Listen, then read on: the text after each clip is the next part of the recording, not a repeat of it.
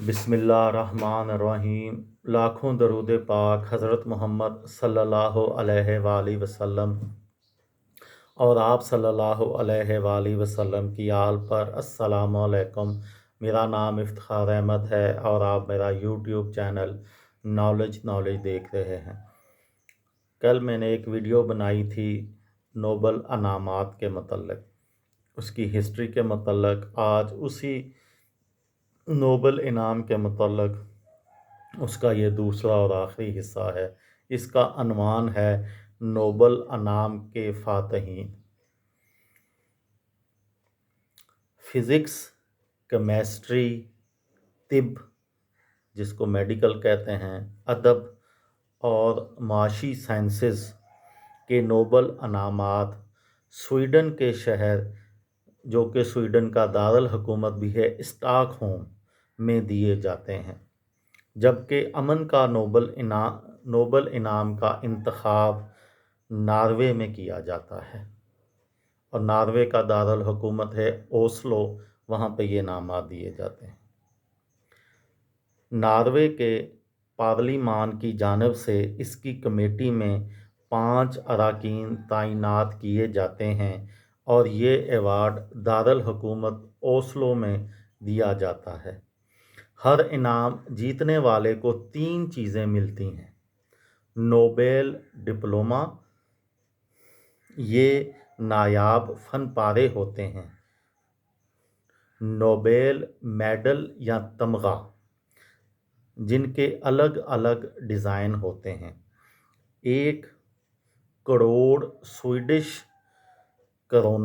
Corona Sweden کی جو ہے وہ کرنسی کا نام ہے، 1 کروڑ سویڈش کرونا بھی انعام میں دیا جاتا ہے، جو کہ فی الحال آج کل جو امریکی کرنسی کا ریٹ ہے، اگر اس کے مطابق دیکھا جائے تو 9,11,000، 1 کروڑ سویڈش کرونا 9,11,000 امریکی ڈالر کے برابر ہوتے ہیں، یہ انعام ملتا ہے۔ ایک انعام ایک سے زیادہ افراد ہونے کی صورت میں انعامی رقم کو تقسیم کیا جاتا ہے۔ پیسے وصول کرنے کے لیے انہیں ایک لیکچر دینا پڑتا ہے۔ نوبل انعام کے معروف فاتحین کون کون سے ہیں؟ 2009 میں سابقہ امریکی صدر باراک اوباما کو عالمی سفارتکاری کو مضبوط کرنے اور مختلف لوگوں کے بیچ تعاون بڑھانے کے لیے غیر معمولی کوششوں پر امن کا نوبل انعام دیا گیا تھا۔ صدر اوباما نے کہا کہ انہیں اس پر حیرانگی ہوئی تھی۔ انہوں نے اس کا شکریہ ادا کیا اور کہا کہ وہ اسے مؤثر اقدامات کے لیے استعمال کریں گے۔ تاہم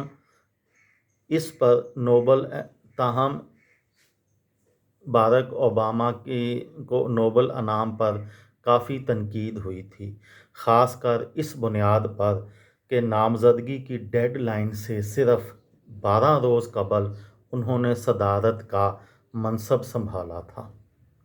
دیگر اہم فاتحین میں سابقہ امریکی صدر جیمی کارٹر کو 2002 میں یہ انعام دیا گیا تھا، یورپی یونین کو 2012، اقوام متحدہ اور اس وقت کے سیکرٹری جنرل کوفی عنان کو 2001 میں مشترکہ ایوارڈ دیا گیا تھا۔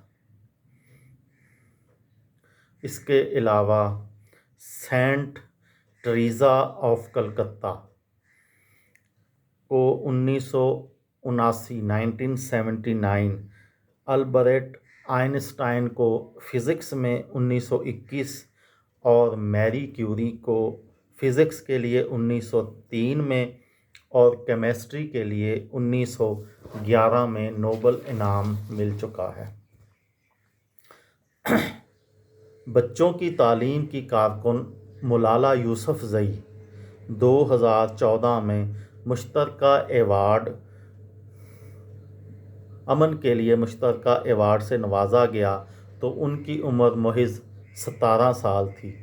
وہ یہ انعام حاصل کرنے والی سب سے کم عمر شخصیت ہیں ملالہ یوسفزئی۔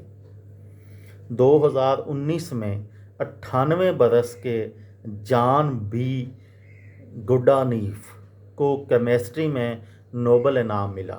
وہ یہ ایوارڈ حاصل کرنے والے سب سے عمر رسیدہ شخص ہیں۔ سب سے کم عمر ملالہ یوسفزئی 17 سال کی اور سب سے عمر رسیدہ 98 سال کے جان بی گڈانیف۔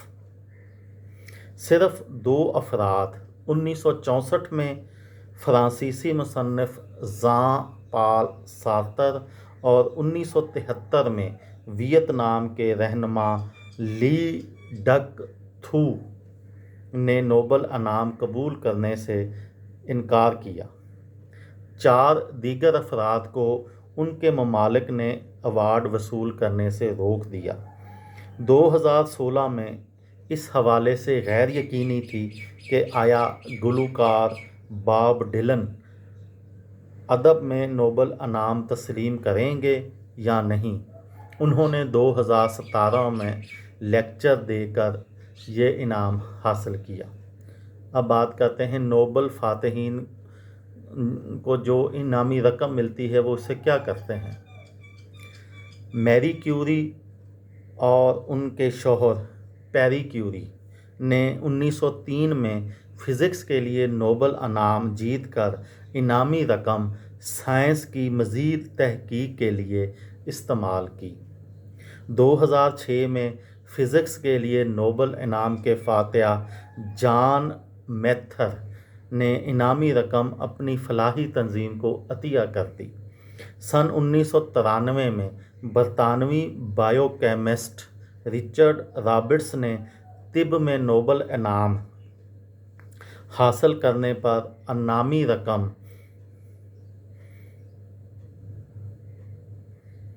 کروکیٹ لان پر خرچ کی، جبکہ 1993 کے فاتح فلپ شارپ نے 100 سالہ پرانا فیڈرل اسٹائل گھر خریدا۔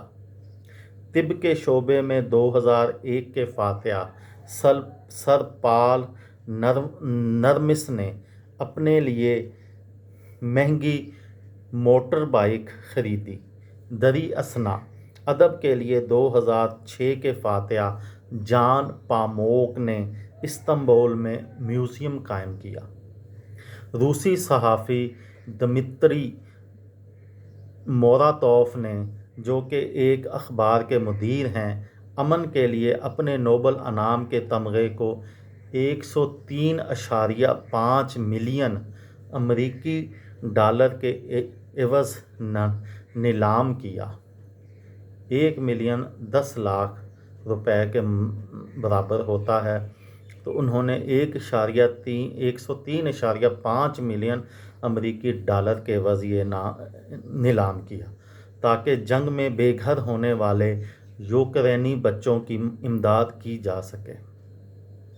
میری کیوری کو 2 بار انعام سے نوازا گیا، جبکہ ان کے شوہر اور بیٹی بھی ایک نوبل انعام جیت چکے ہیں۔ کیوری خاندان کے پاس نوبل انعامات کی ریکارڈ تعداد ہے۔